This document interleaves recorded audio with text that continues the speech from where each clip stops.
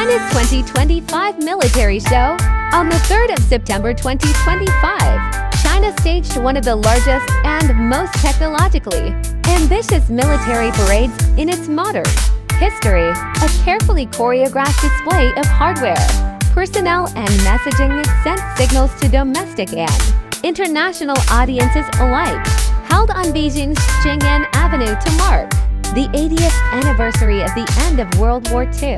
The event combines ceremonial pageantry with the broad unveiling of new weapons, unmanned systems, and doctrinal hints about how the People's Liberation Army PLA intends to fight in the decades ahead. At first glance, the parade was an exercise in strategic theater.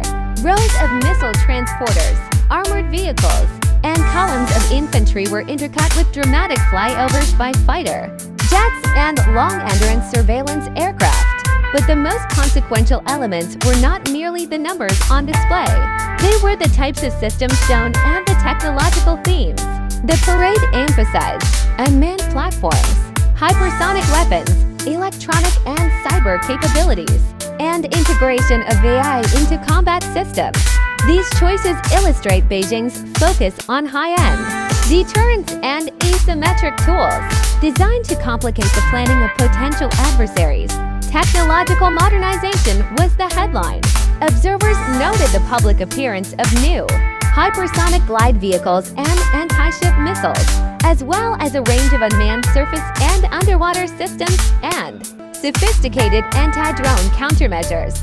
The emphasis on hypersonics and long-range precision strike reflects a Chinese effort to develop capabilities that can hold distant targets, including naval assets and fixed bases, at risk, thereby extending China's strategic reach across the Western Pacific. But the 2025 show was not only a technical statement, it was also, unavoidably, a diplomatic one.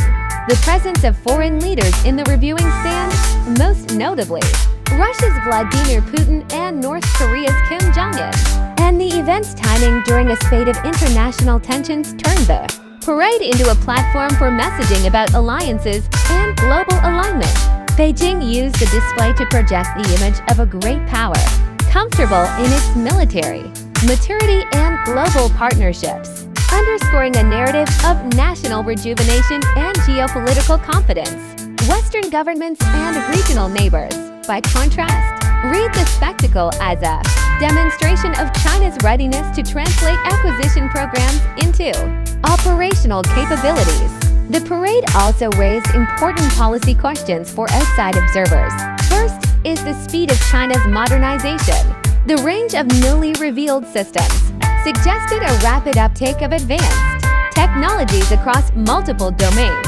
Second is ambiguity. Parades reveal prototypes and concepts, demonstrators, but rarely spell out actual deployment timelines or operational doctrines.